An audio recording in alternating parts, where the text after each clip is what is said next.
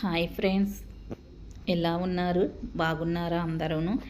ఈరోజు గుడ్లు పచ్చిరొయ్యల కూర ఎలా ఉండాలో చూద్దామండి. ముందుగా గుడ్లు ఉడకబెట్టుకొని ఆ తొక్కలు తీసేసుకోవాలండి. తొక్కలు తీసేసుకొని స్టవ్ వెలిగించుకొని ఒక 3 స్పూన్స్ ఆయిల్ వేసుకొని అందులో కొంచెం చిటికెడు పసుపు వేసుకొని గుడ్లు వేపుకోవాలండి. వేపుకొని పక్కకు తీసుకోవాలి.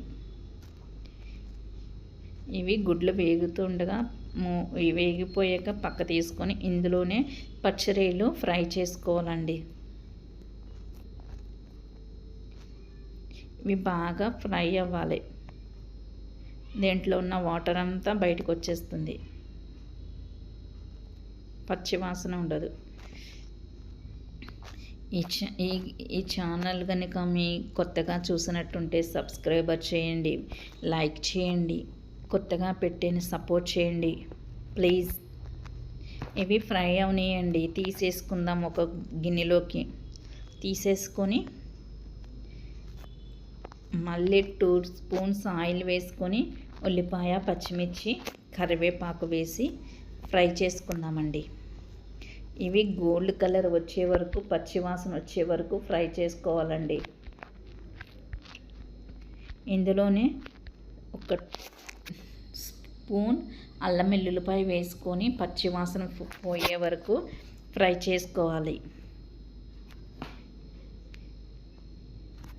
ఇందులోనే సరిపడినంత ఒక స్పూన్ సాల్ట్ వేసుకుందామండి. సాల్ట్ వేసుకుంటే ఉల్లిపాయ మగ్గుతుంది, త్వరగా ఫ్రై అవుతుంది. ఇందులోనే మసాలా, గరం మసాలా, ధనియాలు, జీలకర్ర పౌడర్ కూడా వేసుకుందామండి.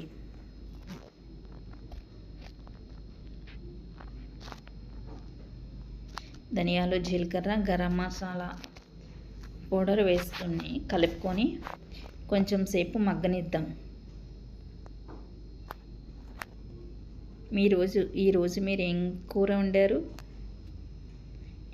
వండారో కామెంట్లో పెట్టండి ఫ్రెండ్స్. ఇది కొంచెం మగ్గాలి ఫ్రెండ్స్. ఇందులోనే కొంచెం సరిపడినంత కారం కూడా వేసేసుకోవాలి. కారం వేసేసుకొని ఎగ్గు పాలు వేసుకొని కలుపుకొని కొంచెం వాటర్ వేసుకోవాలండి.